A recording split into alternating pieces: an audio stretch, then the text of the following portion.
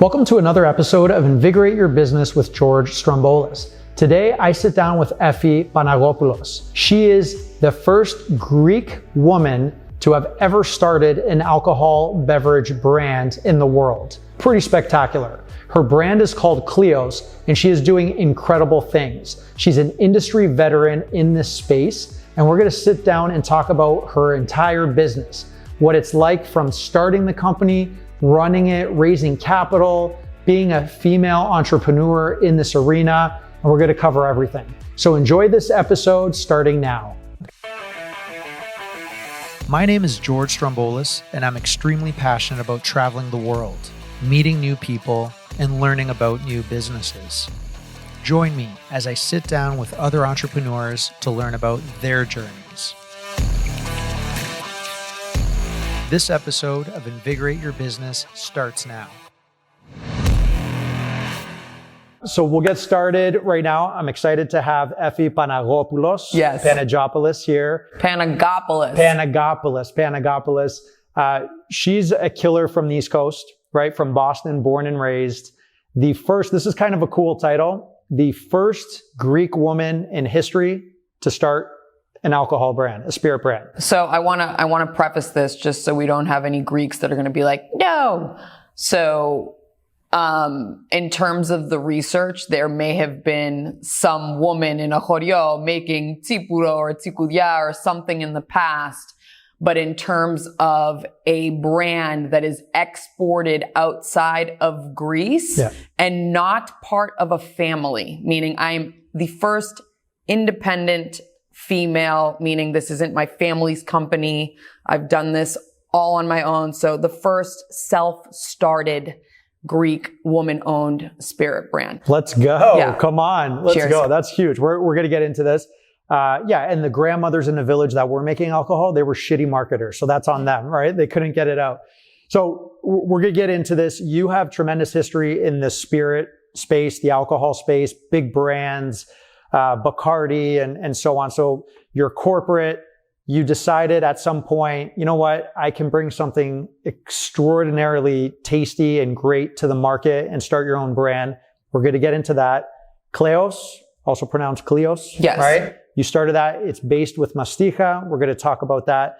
But I would love for you to just kind of introduce yourself. Where are you from? What's your background?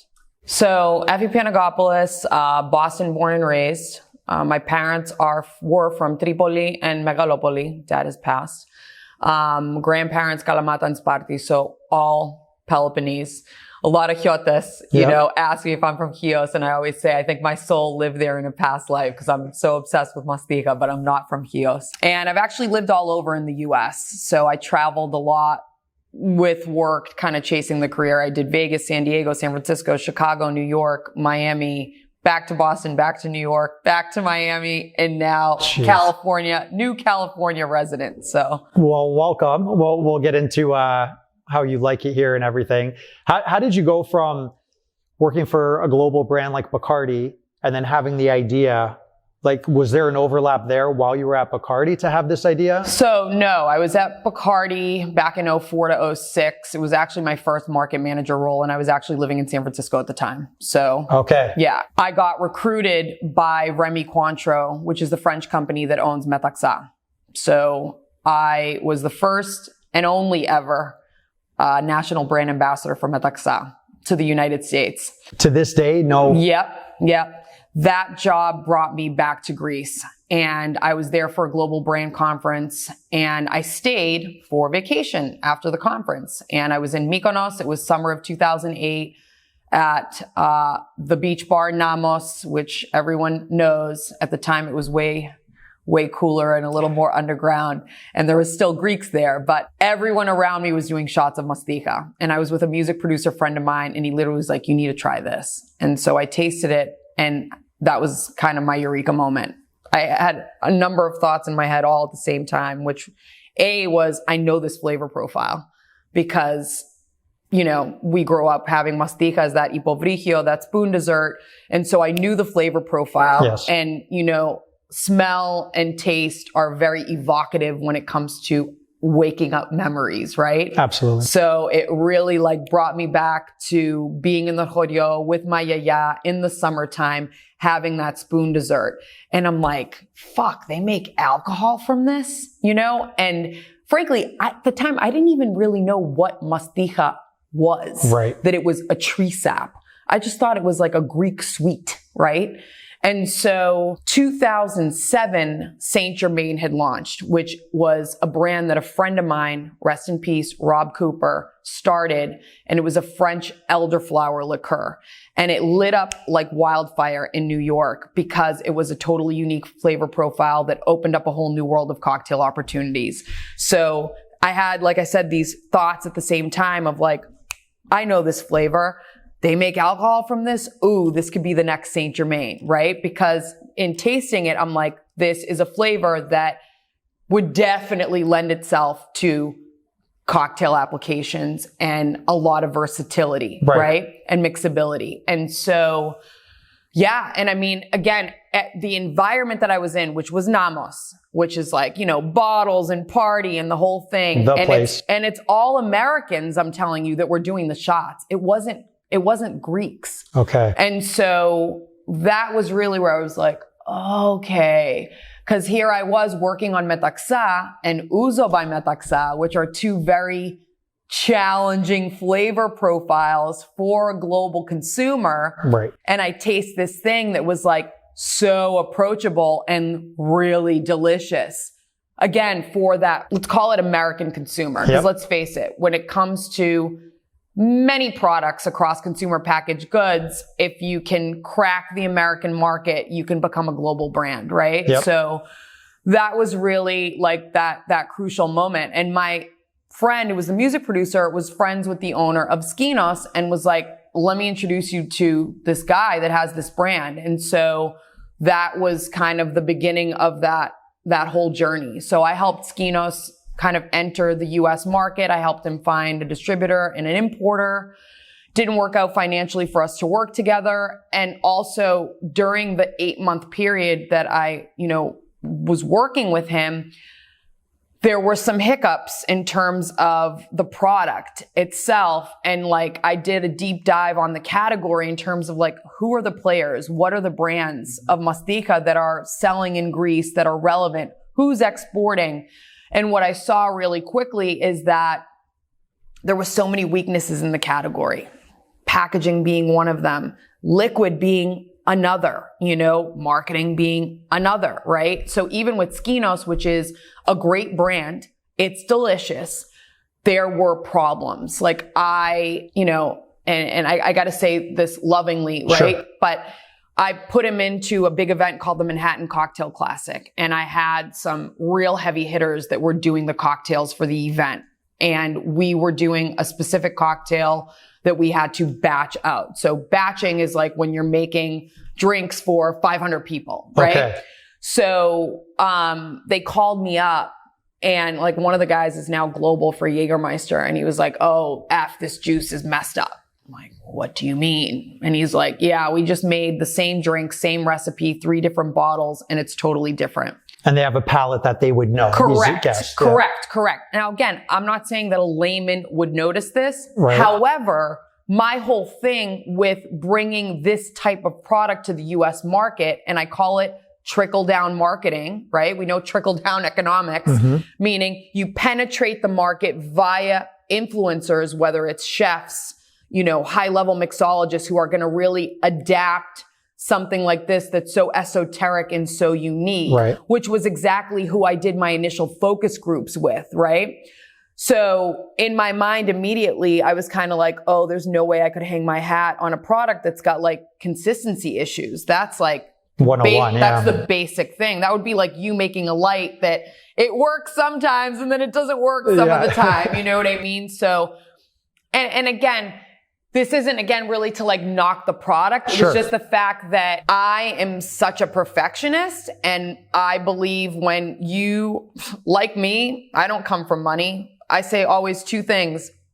Your currency is your word and your relationships. 100%. And if you break your word or mess up your relationships, for me, I would have nothing. And so there was no way that I could work on a product that may compromise my relationships. You know what I'm saying? Were they listening to you with this feedback? A little bit, but it was like the typical Greek response where it was like, oh, you know, it's an agricultural product. It changes season to season and boo boo boo. And I'm just kind of like, all right, well, there's got to be a way to fix that. Yes. Right? And so when our relationship kind of ended, I kind of was like, I got to see, you know, my whole thing was like, I want to create the brand to be the global brand, to not only fix the problems that exist in the category, but to be the example of what a true luxury spirit from Greece looks like, tastes like. Absolutely. All of it, you know? And having that experience with major global brands, right? Like you were coming in with, hey, we know how this works globally for all these different brands, trying to apply it to a Greek brand at the time just wasn't a fit. Right. And look, I mean, Metaxa has over 1 million cases worldwide. That is not Sorry, when you say 1 million, that's a year, just so our terminology. Okay. Yes. So is that Annually. what you quote? So when someone talks about... That's big brand status. Gotcha. You crack, I mean, that's... Jägermeister, just to make it relevant, used to sell about 3 million in the US, shy of 7-10 years ago, just in the US alone. Jeez. So 1 million cases worldwide, that's a brand someone wants to acquire. Okay. In the United States, if you can crack for a startup brand, you can crack 20,000 cases annually, you're a target for acquisition. In the recent M&A environment in the US, if you can crack 5,000 cases, you could be a target for acquisition. Yeah. So where was Skinny Girl? Remember Skinny Girl Martini? Skinny Girl Margarita. I mean, look, she had the power of Bravo, which, you know, later on in my career, I was the marketing manager for Disaronno. Oh, wow. So I managed the US budget. It was about a $7 million budget. Frankly, it's not a lot of money in the grand scheme of things when you're talking about the kind of money that liquor brands spend. But it was a decent amount, 350,000 case brand in the United States with Disaronno. So we did a lot of TV. The TV ads were a little corny. I mean, part of my role when I was there was changing the creative on the TV ads. Why do I feel like I remember it too? Because they were like, Disaronno on the rocks. Yes. I do remember that. So, but we heavied up on Bravo. Long story short, that network is phenomenal. Why? Because women are watching this programming, right? So it helped just accelerate that. Yeah. Totally. So you're talking about, you know, very much right place, right time with, you know, Bethany Frankel. And she had a partner that was an industry expert. Yep. So and that needs to be known. Absolutely. You know? So we have a beautiful bottle here, and I want to get into the details. So the average listener to this podcast doesn't even know when we're talking about Mastiha, right? What is it? Let's bring it back. Like, this is not a vodka. It's not a gin. It's its own category. Mm-hmm. So in your 2008 soberish eureka moment, at that time, did you say, I want to start this brand, or I just like this so much, I want to get behind this type of product? Well, you know, at the time, again, we're talking, I was like in my late 20s, early 30s. I don't know. It's all a blur at this point. But no, I mean, you know, just like I said, I got introduced to the owner of SKINOS. So I just thought, oh, let me be this person's like number 2, you know? But then this person wasn't willing to give me equity, wasn't willing to pay me what I was worth. And I mean, that's a whole nother conversation about, you know, just women in business and the fact that we get paid less than men and this whole thing, right? That's a whole nother conversation. But by the way, don't lose your train of thought. Yeah. You're my first female guest on the podcast in 27 episodes. That's awesome. Right? And that's awesome. We need more, and it's not but I'm excited for that. So thank you. So back to your question, which was, did you always think the right opportunity, I'm going to start my own brand, or was it just organic? No, it happened because, you know, like I said, that relationship fizzled, and I kind of was at this stage when that happened. I was actually very depressed. You know, I was really depressed because I felt a little taken advantage of. I kind of felt like, you know what? I'm tired of building brands for other people and not being, paid my worth. And the other reality is I was in New York at the time. I was living in New York. So this was like 2008, right around the economic bust. All right. And I had a lot of buddies. I had two older guy friends of mine that started LeBlanc Cachaça, which ended up selling to Bacardi. I had another buddy of mine, Steven, who started a brand called Ilegal Mezcal. God, there was another guy I knew that had started a cachaça brand. So we're talking, there was a lot of this startup activity, right? And it was people that I knew. And, it kind of was just like, this dude could do it. I can. You know what I mean? Really? And yeah, and that was really kind of my thought process. So it really happened organically. And I could run circles around MBAs because I learned this all School of Hard Knocks. Right. I got my ass handed to me when I first started trying to raise capital. Okay. Because all I had was a vial of liquid and a PowerPoint that was a business plan with like a budget. It wasn't like a proper cash flow exercise or anything like this. That said, I had guy friends that were raising capital that I saw their decks. There was holes in them. And again, I don't want to make this like a, feminist hour here, but objectively, there were males that were able to raise capital with weaker propositions, holes in their propositions, and I couldn't raise $1, so. And you have the experience, like you started from bartending, from going to the venues, you have that grassroots. Right. I mean, we're talking at that point, I had done everything other than finance and logistics, right? So experience with execution. And I will also say that along in that startup environment, what you typically saw was marketing folks in the liquor industry that were starting brands or finance dudes, right? So the finance dudes saw all the exits and want to get a piece of the pie. Yes. And then the marketing folks are kind of like, yeah, we know how to do this, right? But the big difference is when you've actually sold and you know how difficult it is to sell one bottle, never mind 20,000 cases, there's a big difference to that. And I consulted for a lot of these marketing folks, right? Where guess what? You raised some capital to get a brand off the ground. You now sit in an office doing administrative work and you have to hire salespeople. That's eating up cash flow. Because you're not, as a founder, usable to drive volume. So there's a big difference between creating strategy and actually being able to execute. Big difference. Right? Yep. So, and I'm not trying to be cocky here, but a big strength for me, I have been running this business as a one-woman band for 5 years now. But you say one, literally, aside from the producers. Aside from some people that do tastings for me in store, I've been running this as a one-man band, and I've opened up 16 states and 6 countries. Come on. Okay. So, over how many years has this been? It's been 5 years now. I launched March of 2018 in Massachusetts. So I am my salesperson, my marketer, my PR agent, all of this thing. I'm not saying that that's an efficient way to do it. I've had to do that. You've had to do that. Okay. I'm now finally at a point where I'm ready to hire salespeople, which is super exciting because it's exhausting. Yes. But you're on every weekend. You're out at tastings. You are the face of the brand. You're passionate about it. I've been doing it all. Right? I've been doing it all. You met someone this weekend. They call you today, and you're already just talk to. Not to veer off. Yeah. This is a good conversation when we have 18 conversations going, but still to this day, it's establishing itself, this brand, because you're driving it, but you still go to tastings. You're still sponsoring events. You still want to be there and make sure this is the first time you're trying a Mastiha of Kleos. Give me that feedback. Yeah. What is it? That's intense. It is. But the thing is if I didn't truly believe in what I was doing, I wouldn't be I'm not interested in sitting at home and, being a puppet master. Okay. Yes, we're entering a phase where I'm going to start to be able to delegate.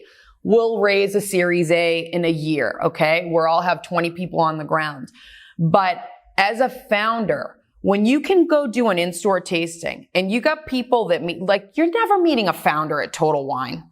You know how many customers I have that still buy the product because they met me in store?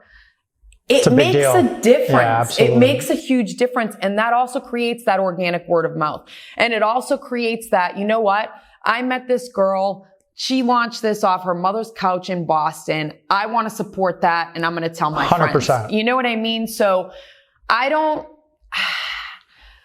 ever want to be the Wizard of Oz locked away in the ivory tower. Staying connected to your customer is the way that you're going to always kind of know what the market wants and then be able to scale and grow the brand accordingly. Like I'm looking at doing some flavors potentially. You know, I've been getting requests since the beginning for a smaller bottle for the 200 ml size, you know, so I'm just conscious that like I want to listen to the market and be able to be responsive, you know? Well, and that's put you in a position where you're succeeding.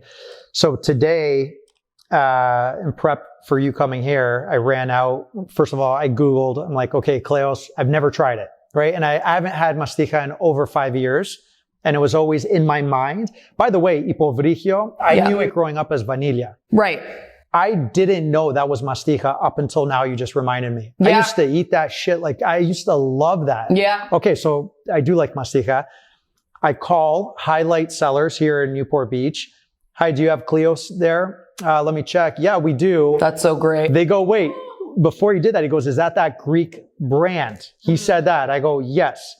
He goes, it's got like this ornate, pretty bottle. The guy on the phone. I go, yeah, that's the one. Goes, yeah, you want me to put one to the side for you? I'm like, yep, I'll be there in the hour. So it was just cool that you're still pushing for the brand recognition, but this guy was like, is that the Greek brand? And then is it the pretty bottle? Yeah. Like, that's pretty cool. I like, love that. Right? It was love that. And when I went in, there was a woman that was checking me out checking me out at the station. And she goes, I go, hey. She was checking you out because she saw the bottle. She saw the bottle. I didn't have the bottle yet. So she was just looking at me. I go, do you sell a lot of this? She goes, I see a lot of bottles come through here a lot. I go, have you tried? I'm just curious now, right? Yeah. She goes, I've never tried it, but everyone that comes in here does that. And then my last question was, male or female, who do you see most? Yeah. Right? And she goes, mostly women. Yeah. Like this was her feedback. 100%. And I'm like, well, it's on the money. It's on, yeah. We skew about 60-40 female male. Okay. Yeah. So as we get into Mastiha, can we get into this? Yeah, let's go. Let's crack it open. Let's crack it open. All right. So you do the honors of cracking it open. All right. And this is another thing that's really nice. And I kind of like took this from my Disaronno days. So the Disaronno cap, if you know it, kind of like spins. And so there's a similar effect with the Kleos cap. So is this all from everything, the brand, the logo? See that? Pretty. Oh, so it's like little working flair. And then if you get one of these bottles and you place it on a bar outside and the sun's hitting it, it actually creates like a rainbow prism effect on your bar top. Did you design everything? So I worked with a designer. He actually named Sean, and he actually worked on a lot of the LeBlanc cachaça stuff. But I had worked with another very high-end designer who I won't name. Yeah, we'll do a little squeeze of lemon. That's great. Okay. I worked with a high-end designer who had done a lot of perfume bottles. Okay. So what I want you to do is this. I want you to try it by itself first, then squeeze the lemon. Okay. And try it. Sinigamas. Sinigamas. Cheers.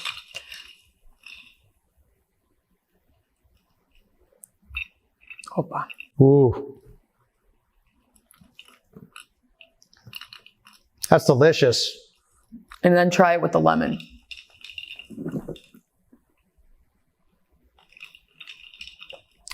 Wow.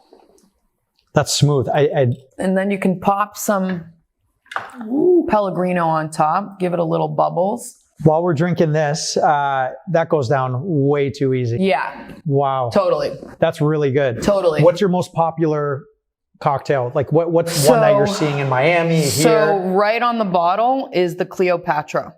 Okay. So that also goes, back to why I named this Kleos. I wanted a name that could lend itself to cocktail names.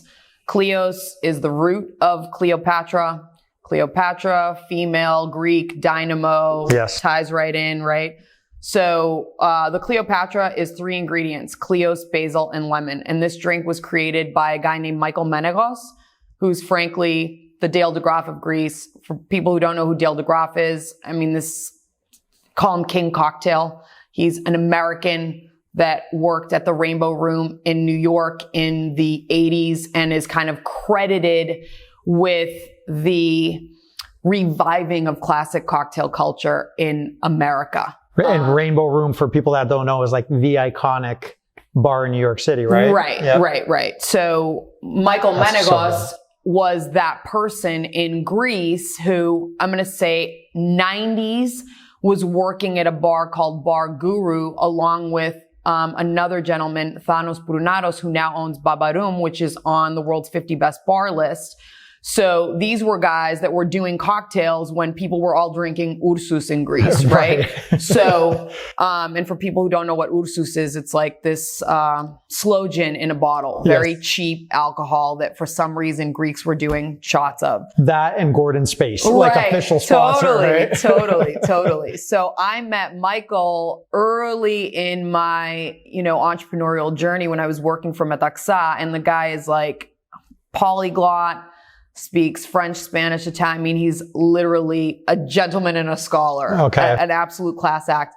And, he made that drink, and it is so simple to make and so delicious. It's literally Kleos, basil, lemon. Easy peasy. And that's it. Yeah. So this serve we just had, muddle some lemon, muddle some basil, half ounce of lemon juice, shake it up like a mojito.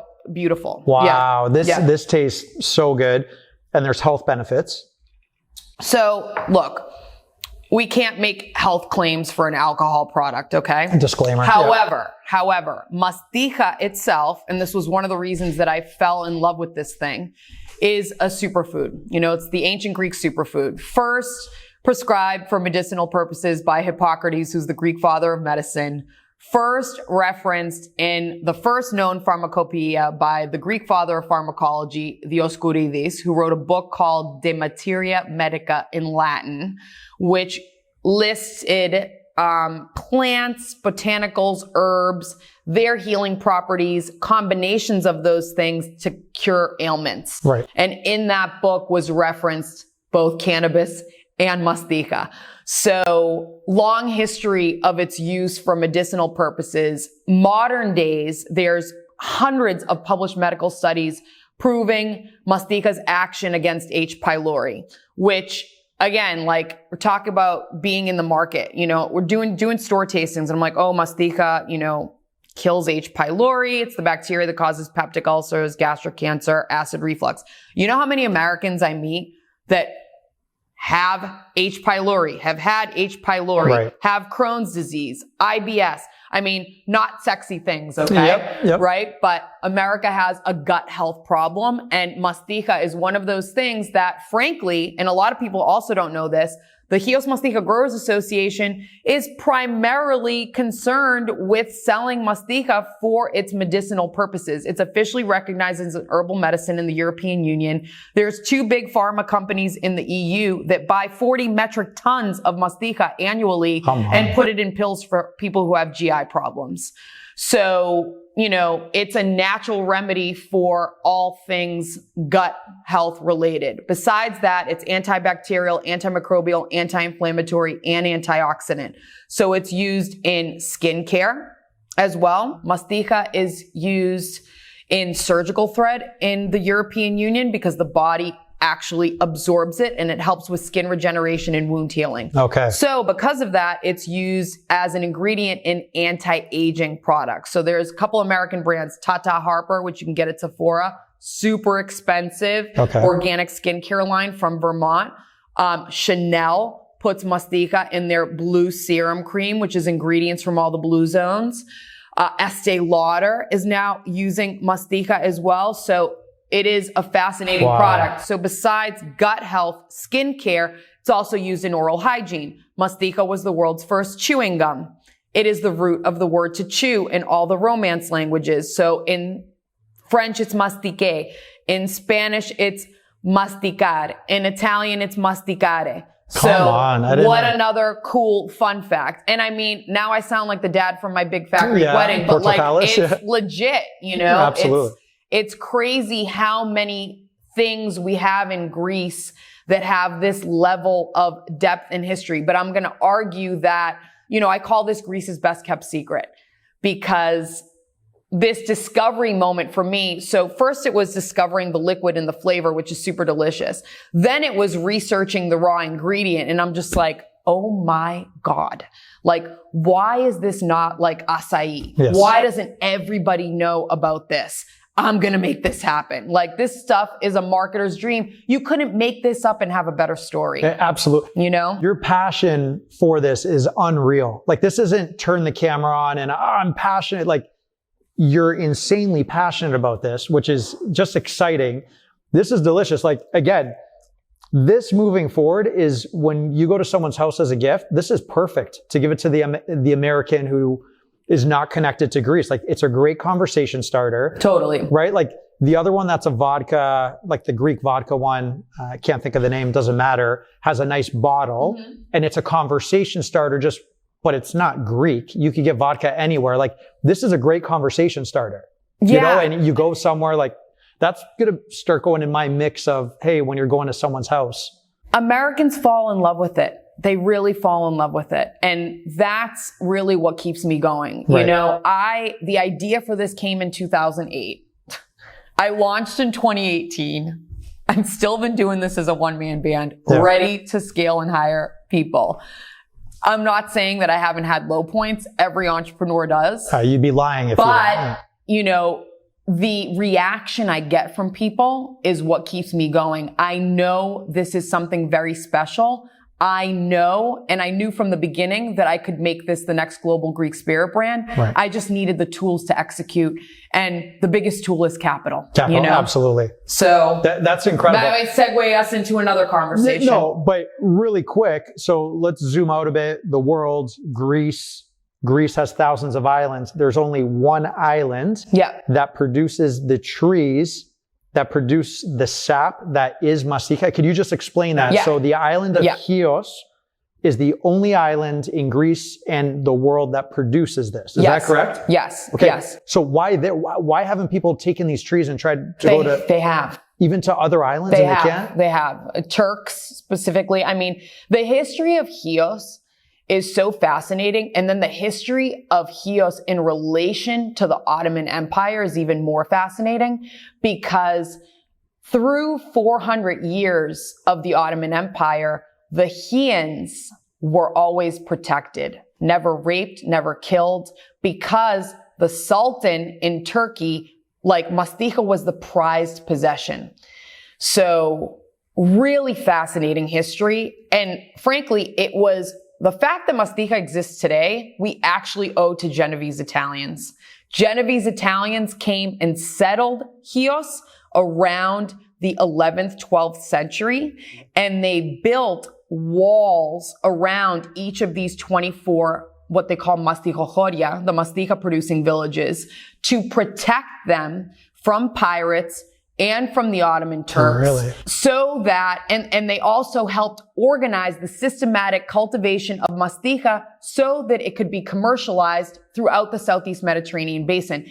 And it was spread via the spread of Christianity, because it was considered to be one of the biblical resins along with frankincense and myrrh. So you want to talk, like, why does Mastiha come only from this island and only from the southern part of the island? There's like the scientific story, and then there's the folklore story. I'm actually more akin to believe the folklore story, frankly, which is a religious story. And it's a really beautiful story that was told to me by a local mestuza. So mesta is one of the mastichochoria. Okay. And it's the story of Saint Isidore, or Ios Isidoros, who's the patron saint of CHIOS. And supposedly, Ios Isidoros was a Christian in non-Christian times and converted 2 working girls to Christianity. And for this, he was punished by the local government. They took his body, dragged it around with a chariot, across wood, stones, beat him bloody, and left him on the side of a road in a field of Mastiha trees to die. And the story goes that the trees cried in sympathy for the dying saint. No. And that the saint looked at the trees and said, "May your tears be a medicine for the world." And so that story, they say, is the reason that the southern part of CHIOS was blessed by the saint, and that this particular resin, which they call the tears. So in Greek, we call it δάκρυα μαστίχας. Oh. So it's the tears of the tree, because the way you cultivate these trees, and I'll back it up again a little bit. So the specific tree is called the Pistachius lentiscus, var, meaning variety, hia. So the CHIOS variety of this Mediterranean shrub. So the Mediterranean shrub grows throughout the Mediterranean. Okay.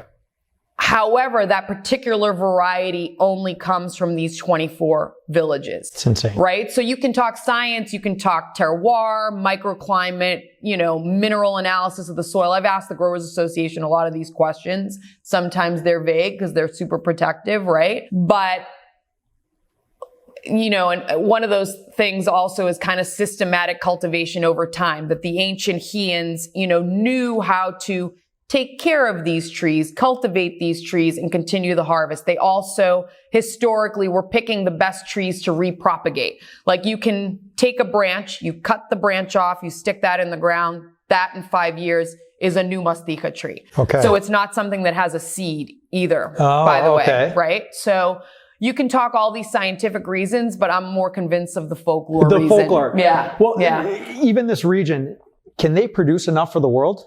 Yeah. Can Jalisco, Mexico produce enough agave for the world for tequila? I mean, people ask me this question all the time, and so do investors. There's over 1,500 brands of tequila. The growing region for agave in Jalisco is very similar in size to the growing region of Mastiha. Wow. Okay. Yeah, and that's globally known, right? Correct. Yeah. Correct. So there's 1,500 brands of tequila. Is there an agave shortage now? Yes, absolutely. Are tequila brands bastardizing their production methods? Yes, absolutely. Okay. However, with Mastiha, it is a nascent category.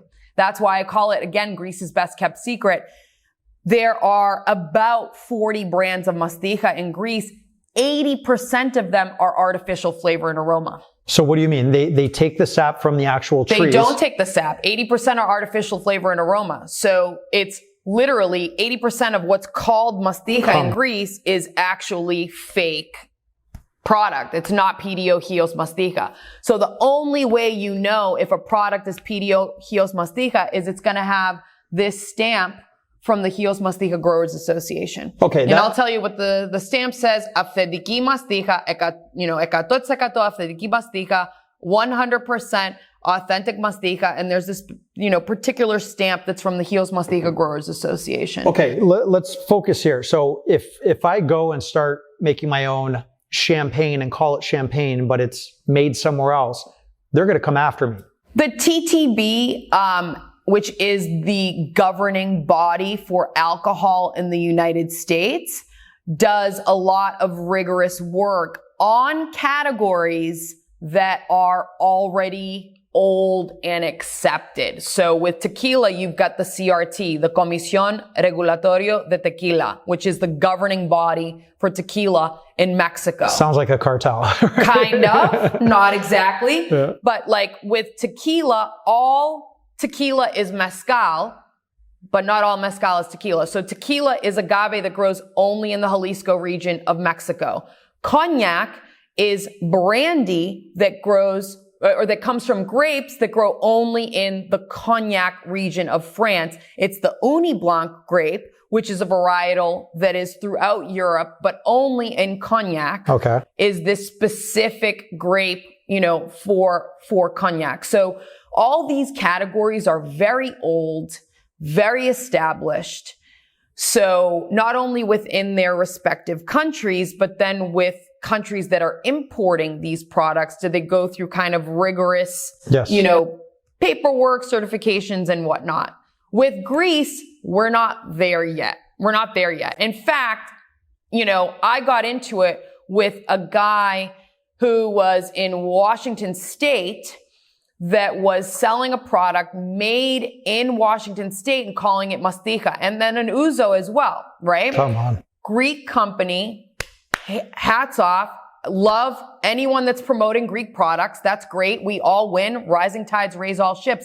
However, this is in disrespect to the laws that have been created by the State General Chemical Laboratory in Greece, which is the small governing body for Greek spirits. Gotcha. So there are laws that exist regarding ouzo, tsipuro, and mastiha. Yes. Right? So if I were to make this in CHIOS, let's be transparent. I don't make Kleos in CHIOS. I buy from the Growers Association. I made in Lesbos. So you ship from one island to another island, which is known for I'm buying mastiha. I'm buying the raw ingredient from CHIOS, and then we take that and we distill it on another island. Gotcha. Okay.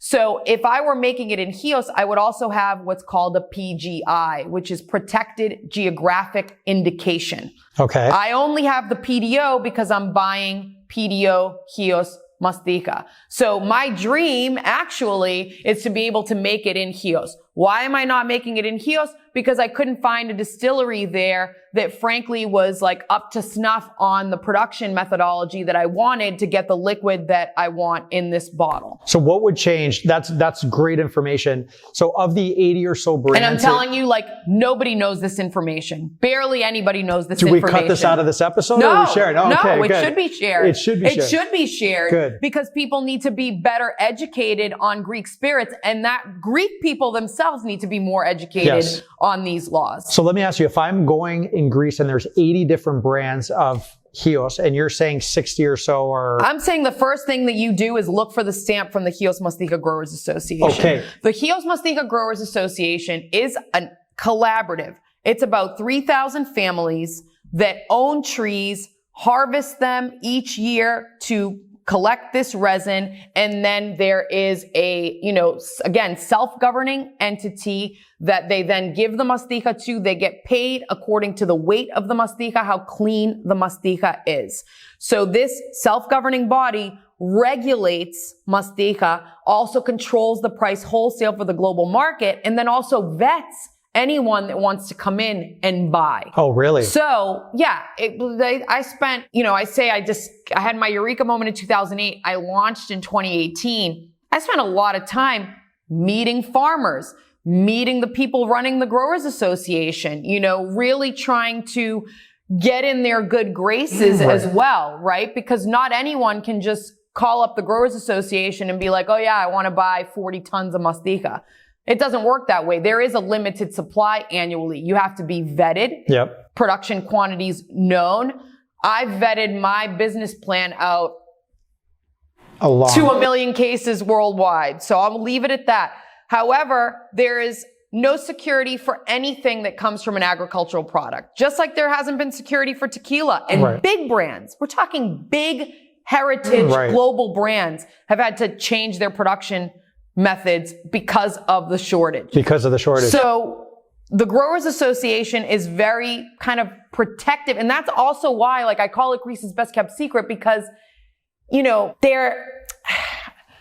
want to grow, but they're also very protective. Of the product, and it's frankly more Greeks that are doing mastiha products than any foreigners. Okay. So this is also a very special thing because no big company has come in to buy up all the mastiha trees. This is still literally 3,000 families. That's incredible. And the families own 50% of what's called Metaxa, which is the company that owns the mastiha shop. So the mastiha shop is the shop in the Athens airport, in CHIOS. They got 5 other locations. That's not a government shop? Or is it no, that is owned 50% by the Growers Association and 50% by this company called Metaxa.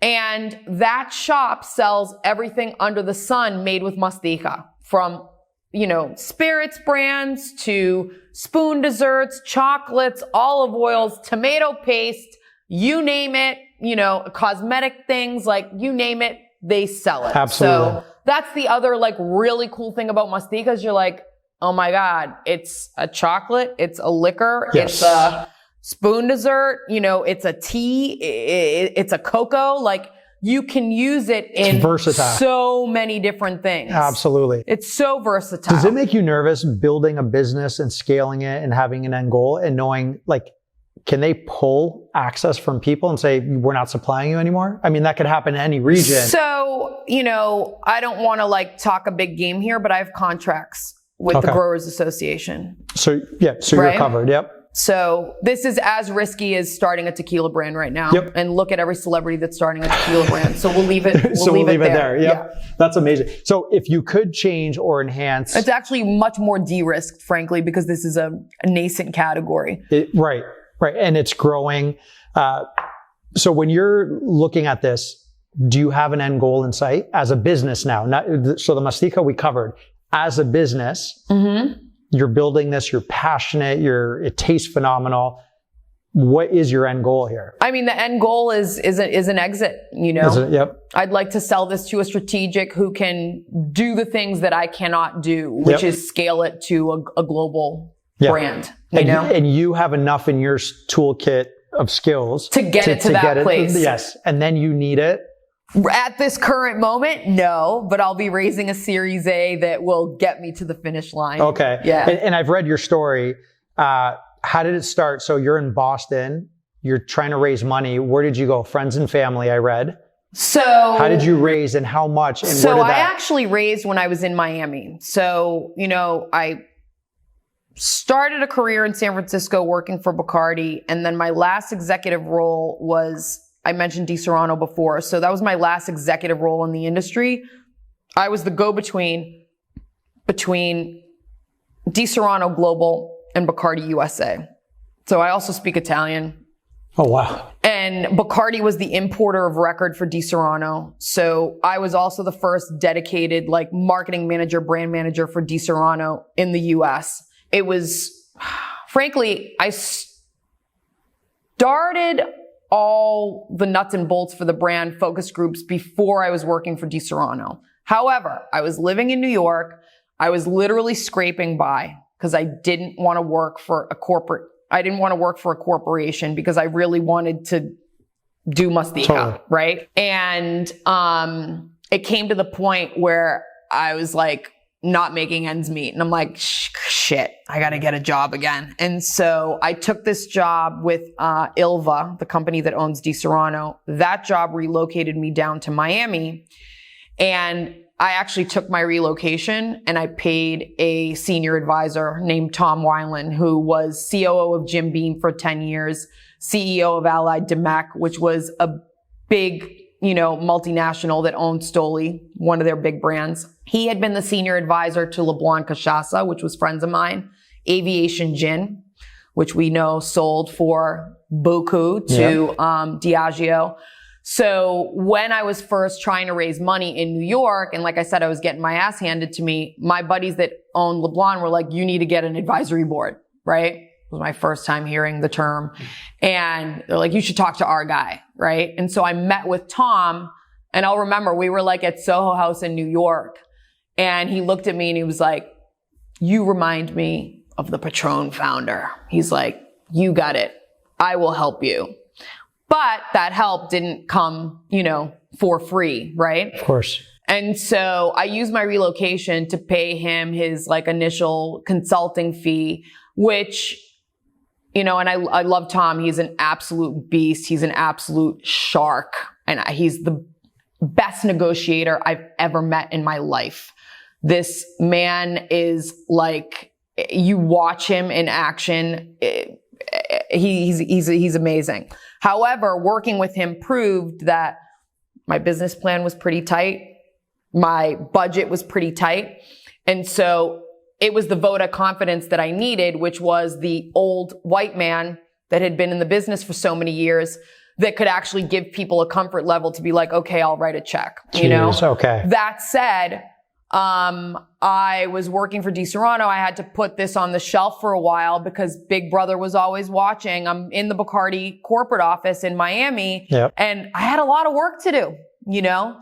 And so I kind of put this on the shelf. And then I would say 2 years in with that role, I had things kind of smooth sailing. I had to come in and, you know, upheave everything that was being done on Disaronno. Fire agencies, hire new agencies, you know, create efficiencies, hire and train brand ambassadors. So I did this whole thing, got that brand growing, double digit, phenomenal. I'm killing it. Italy loves me. And then I came to the point where I was just like, if I don't get Kleos off the ground, it is going to be written on my tombstone that I tried to make Mastiha big, you know, because it was just like always in the back of my head. And by the grace of God, the Italians decided to leave Bacardi and start their own import company. I wanted nothing to do with that because it was going to be a whole nother, you know, upheaval, starting over again, you know, and I actually slept on a friend's couch, bartending for a while, and decided I got to start to raise money for this thing.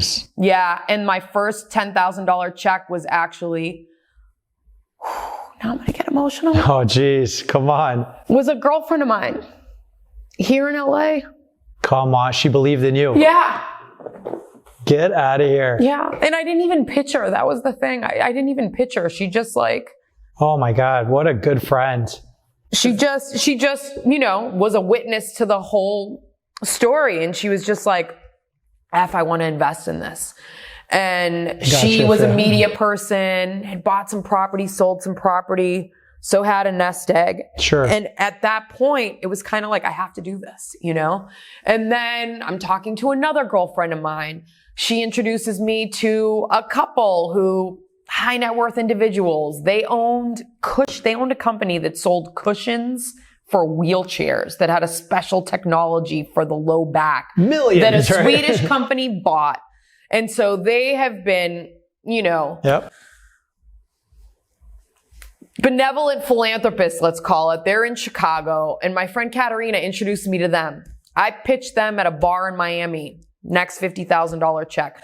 And that's kind of how it happened. Good you for know, you. like it just was, I went from being super scared to put myself out there to raise money to having some really good momentum. And I'm like, oh, I'm on a roll, you know? And that's kind of how it goes because you know this game as well, right? Like it's a momentum game, and it's also like investors are kind of sheep, you know? They're going to follow on. Once the first money comes in, then they're more comfortable to write that check. Oh, absolutely. You know what I mean? I'm curious, why did you get emotional about your friend writing that first check? It wasn't about the dollar amount. What was it? God, because it's like, you know, this wasn't somebody who's super wealthy.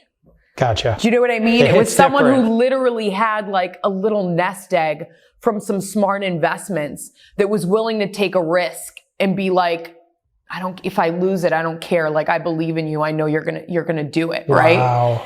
And so, yeah, I mean, and frankly, most of my investors are that, you know, like, sure, there's some high net worth individuals that invested in Kleos. Yeah. But a lot of them are Greeks. I have a very diverse cap table. Greeks, Latinos, African Americans, and women. It's awesome. Really? Not a single VC yet. Been approached by a VC recently. We'll see how that goes. I mean, I've raised 2.4 and change all in since inception, which you know is not a lot of money, which is why I've been like super tight with cash flow management, super careful. Yes. And, you know, some people may think like, oh, that's a lot of money. It goes so fast, especially when we're talking about COGS, you know, cost of goods on Kleos are not cheap. This is not a cheap package. And my production method takes 2 months. Most Mastihas take a day to make. Kleos takes 2 months to make, 6 to 8 weeks. How so much? All of that costs money. I use a neutral grain spirit base. Other Mastihas use sugar beet. My neutral base is more expensive. Everything on Kleos is more expensive, which is why it drives me nuts when I get nickel and dimed from people like trying, you know, my margins are already really tight as it is because I wanted to make this an affordable luxury. Like in California, you can get Kleos now for, what'd you buy it for? $33.99. Yeah. Something around there. $34.99. Do they charge tax on this? Yes, Yeah, of course. I think it was $29, maybe $30. Yeah, that's a little too low. I mean, on the East Coast, we're at like $36 to $38.99. The next, can you talk numbers? Like, what if one person came in or one firm? What's the next round look like? Like, what are you doing with that? Is it just the States nationally? So a Series A is going to be an $8 to $10 million round. Okay. And that will enable me to get about 20 people on the ground and go aggressively into, 48, 50 states. Wow. So I sell in Greece, UK, Turkey, new market last year. Turkey, very promising. Just started selling in Australia. Great. But the US is the most important market Canada? when it comes to, we're in Canada as well. Okay. Canada's tax system is so insane that CLEOS is just really expensive in Canada. So it's not a market that I can do a lot of damage in. Imagine that CLEOS is more affordable in the US than it is in Greece. That's insane. Because of taxes. Yep. So, well, and Canada has government controlled liquor stores in Ontario. Correct. So you're selling through distribution there, and then No, you've got to sell through. Right now, we're just in the LCBO, which is the Liquor Control Board of Ontario. Which is a Greek CEO, by the way. Yes, right? Nick Nammos. And frankly, I literally messaged him on LinkedIn, and that's how I got CLEOS in through there. Yeah, that's amazing. Yeah. So then you get that next round. That's mostly can you, with more money, can you drive costs down, produce more, get better economies of scale? Yes, but it's going to be a lot of volume before I start to get some good price breaks, And then, frankly, I mean, I'll just be transparent. I'm always talking to glass companies. Yep. Because they're always soliciting, frankly. So, you got to be able to pit one guy against another and kind of it's part of the game. You do it like that. Yeah. I mean, it's also risky because you don't want to be jumping producers all the time. China is not the funnest to deal with. Most of your big brands, their glass is made there. Is it? Yeah. Yeah. And I mean, you've got the big companies, Saver, Bruni, which French and Italian respectively. Yep. Berlin's another big one. These are European companies, but a lot of them subcontract factories in China. And China's switching their glass. So the government itself is pushing out a lot of glass. To produce glass, it's a dirty process, manufacturing process. We do a lot of glass with our fixtures. Yeah. And every year, every other year, there's significantly fewer and fewer suppliers because the government's just, it's a dirty process. Yeah. Yeah. But does that, you could never produce glass in Greece. It just wouldn't make sense. So I tried, and here's the problem. So there was one last standing glass company in Greece called Eula. I used to make this at Plomari, so Plomari gave me the referral. And when I was first starting out, we're talking 2016, first getting quotes on glass, Eula would not take my quantities. They were you're too small for us, right?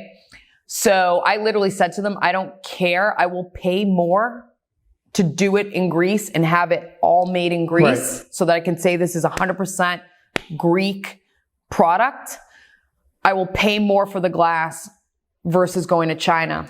They didn't care. They didn't care. No. And then they subsequently got bought by a Portuguese company. So there's now no real glass company. There's no real glass company left in Greece. I believe there's some smaller ones that do olive oil bottles, but not anyone that can supply for the quantities. Sure. So it's unfortunate. And that's just the reality of what's happened to Greece in general with a lot of things. Yeah, and even there's no bubbles or anything in this glass. No, it's good quality. Look, there's Prada's made in China. Okay. Yep. So there's a lot of great quality product coming out of China, but there's also a lot of bad factories. So you just gotta vet who you're working with. I always tell this to clients when they're like, "Oh, you make your product in China." I'm like, yes, and you can buy a lot of crap in China, but we also make product that's in some of the best jewelry stores that are selling the most expensive jewelry. It doesn't matter. It's when you own your own factory, set up your own production and control the quality, it doesn't matter where it's made.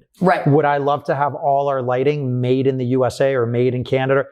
Absolutely. But there's no manufacturer that does that. You're importing the drivers, you're importing this. It's the unfortunate reality of what's happened in the United States. We don't manufacture anything anymore. Absolutely. It's sad. I had a retail client who, in a meeting, just to be an asshole anyways, he wasn't the nicest guy. Where's your product made? I'm like, Asia. It's like, China? I'm like, China. He goes, and he just did one of these. I'm like, and it was a large retailer, won't say the name. I go, where's your garments made? And then you can point 20 things in there made in China. Yeah, he goes, you know? China. I go, different China, I guess, right? Like, yeah. Again, I'm not sitting here an advocate, but you got to do what makes sense. The product that's carried in the Chinese product is Greek, right? So you just got to look at that. I got to pour myself another, this is fantastic. So anything else, dealing with Greece? I know you grew up first generation, Boston, yeah, right? So both your parents were from there. My parents were immigrants. So they were immigrants. Yeah. Yep. Same here. So being reconnected with Greece, what were some of the things that you saw that you're just like, oh, this is great. This is what I love, being reconnected, right, through your last job. And then what are some of the things that you're like, does it make me proud to be Greek? So when I started working for Metaxa, there was kind of, it was a time when all the big strategics, the Pernots, the Bacardis, the Diageos of the world were doing brand ambassadors. You know, it was a thing for marketing. They wanted their brands to have a face. Typically, these people had some sort of a bartending background. And typically, if it was, you know, my friend Simon Ford worked on Plymouth Gin, London Dry Gin. He's a Brit, right? So when the role with Metaxa came about, I remember I called my dad and he was like, you have to get that job, Effie, you know? Like, and I'm thinking to myself at the time, like, how cool that I can get to represent a Greek product in this business. Cause I had been in the business and I'm like, this is awesome. I was so excited. It was frankly a grueling, like 5-month interview process. And I wanted this job so badly. I mean, I wish I had my follow-up letters and emails from that time. I mean, I was gunning for that job.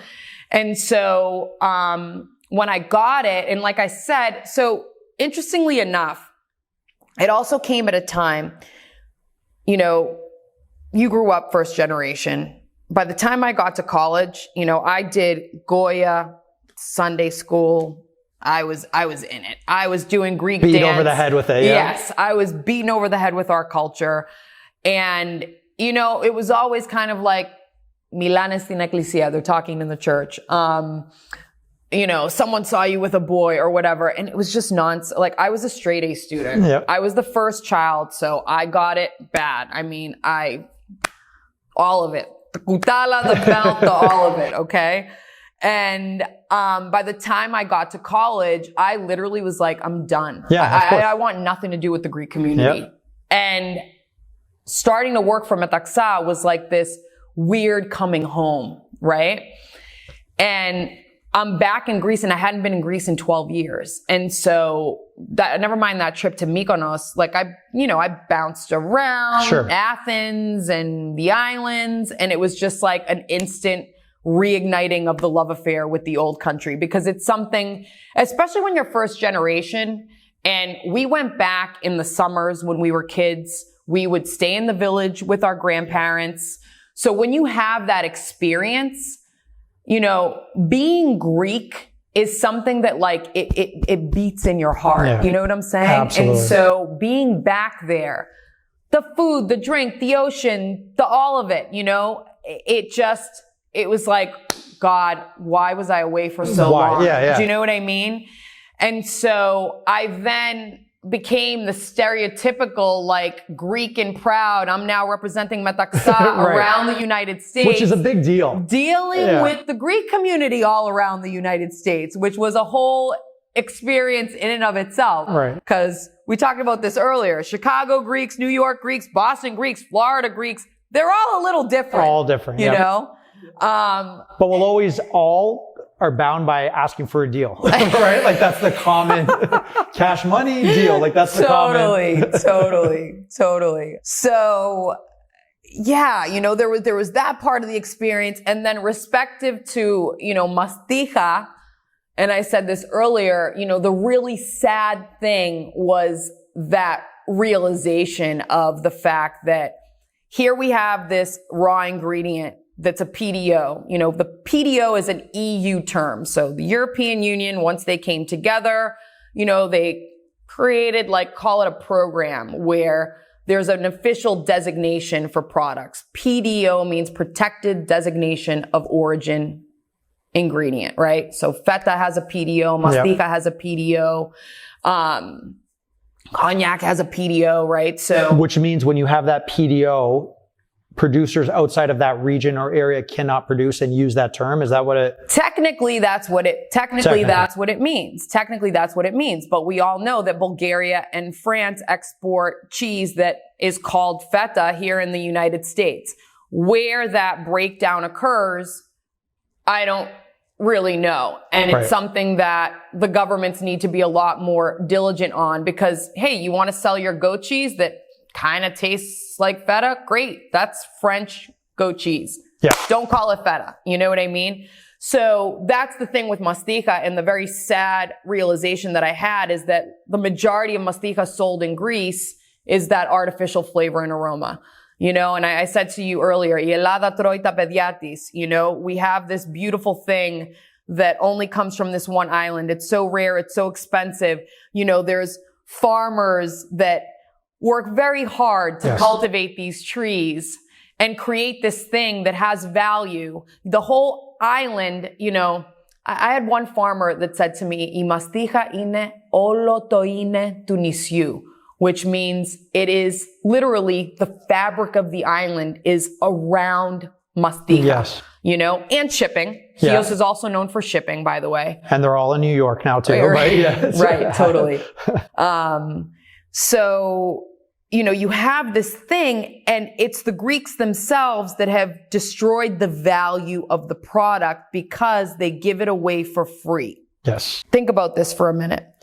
I'm creating a luxury brand from a raw ingredient that's super expensive and super rare, yet you go to Greece and then you get it for free. So if I'm an American tourist, I go to a restaurant, and they give me some Mastiha shots for free at the end of the meal. Do I then want to pay for it? I mean, it's one thing when the owner is giving you something special, right? But it's another thing when the entire magazi gets something querasmeno. Oh, yeah. You know what I mean? Like you were saying the grappa example. Right. But the bigger problem there is the fact that now selling in the Greek market, the Greeks themselves will buy the cheap pedalitro. I'm going to say the 5 liter, I get a 5 liter for €7. And it's like, well, I can't compete with that. No. My cost of goods is way higher than that. I can't compete with that. And I'm also making a quality product, respectful of the laws, Absolutely. Respectful of the local people and what they do, and also trying to elevate Greece in the process. You know what I mean? Because I said to you before, France can take a piece of rubber, give it an appellation, and sell it for $1 zillion because the French are geniuses at marketing. Yes. That dates back to Louis XIV France, right? Yep. He was literally the first marketing genius in France. Why? I don't. And then you have the Italian glassmakers, Why? Because Louis XIV had the first court of, these master chefs that created all the master sauces. He bought expensive Italian glass to create the Hall of Mirrors at the Versailles Palace, right? He was the first literal marketing genius that created luxury. And in Greece, we have all these beautiful things, Ikaria, 1600 indigenous botanicals, and this honey. And we are, it is the island where people forget to die. You've got CHIOS and Mastiha. You've got ouzo, not my favorite category, but we have the best anise in all of Europe growing in Lesbos, right? So we have all these beautiful things. Olive oil. 60% of Italian olive oil is bottled Greek olive oil. Feta cheese. Never mind feta cheese. Graviera from Naxos. All these other things that are produced from different regions in Greece that we could sell for tremendous high amounts of money, one could argue, do we have, again, supply for global? Well, hey, then it's the law of supply and demand. Right. You know what I mean? The price just goes up and it becomes something that's ultra premium if you want to have something coming from Greece. So we have all these special things, yet we don't know how to market and sell them properly. No, you know? And that's a great way of putting it. And then everyone in Greece thinks they're going to get rich quick by bringing out their own version of something, right? So you have, Greeks we're notorious for this where, oh, I opened up a cafe right here. He's my friend. I'm going to go across the street and then there and there and there. Yeah. And then I remember the yogurt, frozen yogurt craze. Do you remember in Greece?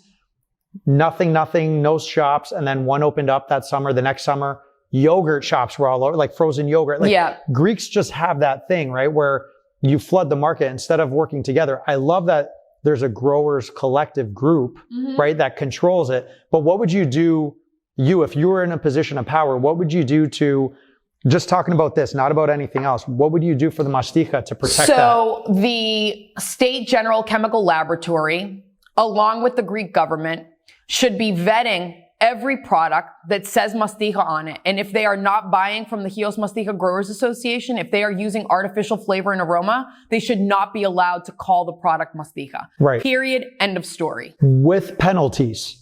With fines? 100%. Absolutely. I mean, you know, the Greek government can do it, okay? The Greek government has crippled Greek citizens, you know, because the pendulum swung from one end to the other. Nobody paying taxes to now the tax man is looking at everybody. On a $2 coffee. I mean, I have my aunt and uncle make olive oil, right? And the amount of, you know, elencho that they get now from the government. They also have animals. They have to scrutiny. They have to, the amount of scrutiny. They have to, you know,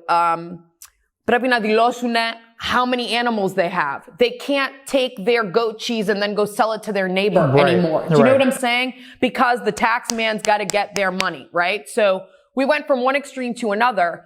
So if they're going to do that to the average Greek citizen, then they should be able to do it to companies as well. And protect, you know what I mean? And protect these precious regions. Correct. Because at the end of the day, it's about protecting these raw ingredients. Yes. You know, though, to me, the worst thing that could happen would be that a big brand comes out and they're making artificial flavor and aroma. You know, my thing with, and you know, this other thing that Greeks do, the arpachto, right? Like, oh yeah, we could make Mastiha big, like make an artificial flavor and aroma. You know what I mean? The Italians are doing with the olive oil, by the way. I mean, you're saying 60% is Greek. Do you know a lot of the mafia in I've Southern heard Italy? North Africa as well. But they're importing vegetable oil, food coloring. They're adding food coloring and aroma, and they're selling it as extra virgin olive oil back to North America. Yeah. So like every group has it, but if you're blatantly selling something, how do you not, you know, have this label and enforce it? Look, I'm trying to educate, and that's the best I can do, but it's a heavy boulder to have on your shoulder, you know? Absolutely. But you know, Kleos, Effie, integrity, ethics, very important. So, you know, this could get bought tomorrow. If Bacardi, you know, there's no way that a large strategic is going to change this formula to a degree that it doesn't respect the laws. Right. You know? Right. Maybe quantities of Mastiha would change, things like this. That's just reality that happens with acquisitions. But the law is that Mastiha has to be bottled in Greece legally to be called Mastiha. Yeah. So again, you know, if this comes to an exit, someone could look at me and be like, oh, you know, you're just looking to sell it and make it big and whatever. The producer is going to win at the end of the day. Yeah. And you know what I mean? And that's a win-win is very important to me as well. You know what I mean? So your passion, like last segment, I would love to talk about your passion. Like, why? If you sell this and you make tens of millions, whatever you make, you deserve it. You're passionate. You're bringing something unique to the market, and you're insanely just talented with this, right? Why can The Rock do it, or Kevin Hart and sell, or George Clooney and sell, and we're okay with that? We should be supporting young entrepreneurs who are doing their thing, female owned, right? Because this is a male dominated industry. So this last segment, just talk to me about just the challenges as a female owner in the space, creator, and like just how you've been navigating. Cause it's not easy. Yeah. So, I mean, the biggest challenge is raising capital. 2% of VC funding goes to female-owned brands, you know? So regardless. In this category or in general? In general. Yeah, that's in general. Say that and it's again. even worse in alcohol 2%. beverage. It's even worse in alcohol beverage. So, you know, that is a really glaring statistic. And, you know, I always say, if you asked me 10 years ago if I was a feminist, I probably would have rolled my eyes. You know, I'm a girl's girl, but I'm also a guy's girl. I've always had a lot of guy friends. Like, you know, anyone watching this right now, I've definitely got masculine energy, you know, so I'm not afraid or intimidated very easily. But raising money for Kleos was a very humbling experience, to say the least. And also, evidence of that glaring statistic, right? Not very easy to overcome, which is why, look, my seed round, which was 1.8 million, took me 15 months. And I had guy friends that were like, oh yeah, I raised my seed in 3 months, 6 months. And I was feeling inferior a lot, you know? You had a quality product offering, right? Yeah. I mean, it just, you know, and again, I don't want to like, oh, woe is me. I'm a woman brand owner. It sucks for us out there. Right. It kind of does. But that didn't keep me from keeping going and being persistent, you know? And so I just think persistence, stick-to-itiveness has been a really important part of my journey. And then like the success is what speaks for the brand, you know, in terms of the markets we've opened, the distributors that we're with, all of that. You know, I've laid a really good foundation and planted these seeds. And I just want any investor that, you know, now we were approached by a VC fund, any investor to see, look what has been accomplished with such minimal resources by one individual. Yeah. And just water those seeds and see the plant grow. Like it's, you know, that's it. That's all I can hope for in the future. Absolutely. And just last comment on that for me is like, look what you've done for the Disaronnos of the world, which is a global brand, and bringing it here and doing that. Yeah. You had the resources to let you do what you needed to do. I hope you get the next round to take it to where I hope you have a successful exit. But until then, like, let's get these into more bars and people's homes. And, you know, I'm excited for you. It's going to happen. It's going to happen. The other funny thing about Greece is we definitely are a poor country, but we have a lot of wealth and a lot of wealthy people. Yes. You know, I could probably raise a Series A alone from Greek investors. So let's get some eyeballs to this. Yeah. 8 to 10 million. That could be 8 people. It literally could be 8 people. 8 people. Could probably even be 3 people. Right. Just to get it. I love it. I love it. Thank you so much for sitting down. Thank you. Like we got to have you on more often and just talk about stuff, because it's not easy, right? Like being motivated. We're going to talk, you know, on the next one, just self-motivation. Like, how do you wake up every day? Like for me, there's more downs than ups. Yes. But those ups keep you going. Yeah. It's not easy. Yeah. And you're creating something totally new in a very saturated space, right? And to be able to have that experience to do that, you should be so proud. It's a saturated space, but it's a product that completely cuts through the clutter. Yes. I mean, there's barely any Mastiha selling in the United States. Right. You know? And people get really excited about this. I mean, good for the gut, low cal, low sugar, low alcohol, woman owned. It's all the things. Yeah. You know what I mean? It's all the things people are looking for. Great bottle to give us gifts, right? So let's say that for as well. I mean, look, one thing I will say that also like makes me really proud is when Americans say like, oh yeah, that looks Greek. Yes. Because my whole thing was I wanted this to have a very strong Greek brand identity, which was another interesting thing with my experience working at Metaxa.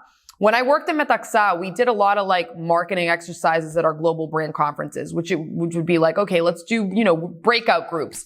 I'm with the Russian and the German. We're in a breakout group. They give us a task of like, okay, create this, you know, ultra uber premium age Metaxa. What does the bottle look like? What do you call it? Et cetera, right? So we do these marketing exercises. And Greece, in terms of the brand team there, was always afraid to be to Greek. I found this very, very interesting. And think about this from like a historic standpoint, right? We have been self-governed for such a small period of time in terms of our country, right? We hate authority. Greeks are fiercely independent.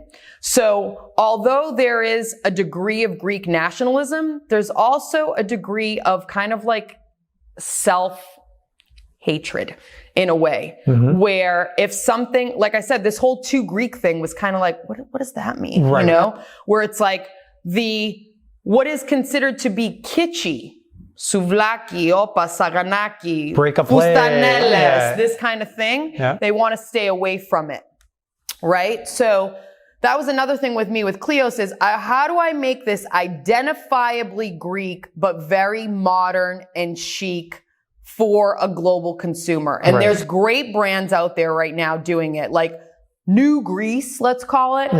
Is super exciting. Very exciting. You know, there's a brand that I love called Zeus and the Oni that's a fashion brand. I love their brand because it is, again, it is an identifiably Greek clothing line that veers away from kitsch. So, you know, that was kind of the goal. But I think we're in a place now where Greeks are proud again. I think the economic bust and that whole capital control era was a very depressing time for Greece as a country. You know? Absolutely. And prepared them for COVID. Like they rolled into COVID, just depression. And I mean, it's just starting to come back, but there's some really fresh, young energy in Greece that's really exciting. And I feel like Kleos is kind of like part of that wave, you know? And that's who you need to latch on. So you trying to go there and get to the local taverna to be it's not going to happen. No, there's a great Canadian that just, Konstantin Telebikos, great guy from Toronto, lives in Athens now, and he's doing so many amazing things. He's opening up his own co-working spaces, starting like a gin brand and fashion brand, and just very dynamic. This is like just an example of people returning to Greece, doing amazing things. And those are the people. There's also Greeks in Greece doing amazing things. I think Ergon is a super strong brand. The 3 Cents Boys, you know, had a nice exit. It's a Greek soda brand. Why I'm having trouble rattling them off the top of my head. But there's a lot of, I mean, Greek hospitality. You know, you look at Costa Navarino, places like this that are becoming world-class resorts for the jet set. Like we have that, you know, we can do that. And the brand of Greece itself is a strong brand. You know, it is aspirational. It is luxury. But there's two sides to that. There's two sides to that coin, right? Where the old school Greek Americans, and I hate to say this, but it's like our parents' generation, what they brought to the United States was more of that old school village thing. You know what I mean? Which is also special in its way when it's done right. You know? So. But my challenge now is when I go to Greece, I'm there several times a year for work, and then I go family vacation. To me, Greece is not going there and only staying at a Costa Navarino, which again, shout out, great place. Like to go there and just stay at resorts and go to another expensive resort and you're paying €1,000 a night, but the person working there is making €700 a month. It doesn't sit well with me. And that's not the Greece. Like, right? Like you go to Kalamata, I want to go to Taverna and I don't want it to be so fancy. And I want to be in flip-flops where, you know, right now you have the Mandarin Orientals of the world. They're opening up and this is, you know, 5-star ultra luxury resort, €4,000 a night to stay there, 4-night minimum. That's great. And that caters to a certain clientele, which is good that we can do that. But my fear in general is like Greece just becomes too much that way. And your average Greek can't survive there. You know, so it's a balance, but I don't know. I don't like that. If I have to go there to just sit in resorts for 2 weeks, I could go to Arizona and stay in a resort. It's definitely not my style. I mean, last summer I was there for about 2 months. I stayed in Chania for 2 weeks at an Airbnb, and it was, I mean, I love Crete. Yes. I can't speak highly enough about Crete. I love Crete. I love Ikaria. I also went to Milos. I also went to Folegadros. I can't afford to stay in those places. I went to Navarino for 2 days because they hooked me up and gave me a deal because they carry Kleos. Yes. But the experience, and I mean, I love the place. It's absolutely stunning. But I could have been in the Hamptons. I couldn't tell the difference. That's what Do you I'm know saying. what I'm saying? So it felt like that very American golf resort type vibe. Yep. And I want to be with the locals, Absolutely. Absolutely. Yeah. We have a rule. We can't stay more than 3 nights in a resort like that. Which is why CHIOS is super cool, by the way. CHIOS has no luxury resorts. Right. Barely anything there. Like, I mean, Cadiz is the most luxury you can get, and it's, by comparison, not even close. Okay. So I've never been, but you gotta go. All my New York homies, I used to live in New York. It's like, I get it, guys. You're from CHIOS. I get it, right? Yes. CHIOS, and then what's the other? Nafpaktos? Most people are from there.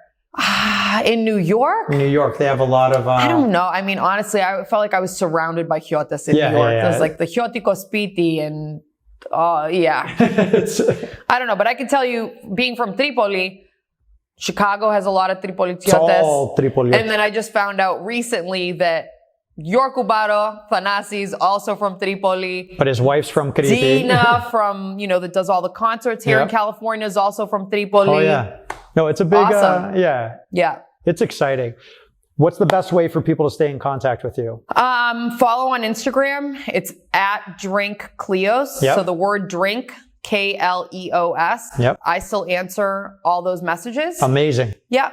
So that's amazing. the best way to get in touch. And then last, and we'll put And it the links sells up. online for people that aren't in one of the 16 states that we distribute in. Buykleos.com. Okay. Super easy. Ships to like 48 states. So you could ship cross state lines and... Correct. Okay. I don't do this directly. Yep. It's illegal for us to sell direct to consumer, old liquor laws, but I have a third party that runs an e-shop. That does all that. Yeah. Amazing. Mm-hmm. I'm so glad we were able to sit here and chat today. Me too. This was Thank you. awesome. And I'm not just saying it delicious. I'm already on my second cup here. So thank you so much. Love it. Cheers. You're awesome. Thanks for listening to this episode of Invigorate Your Business with George Stroumboulis. Please hit the subscribe and like buttons and follow me on all the main podcast streaming channels. Also, please share your comments when you can. I appreciate your help in expanding this network to a worldwide audience. Until next time, stay invigorated.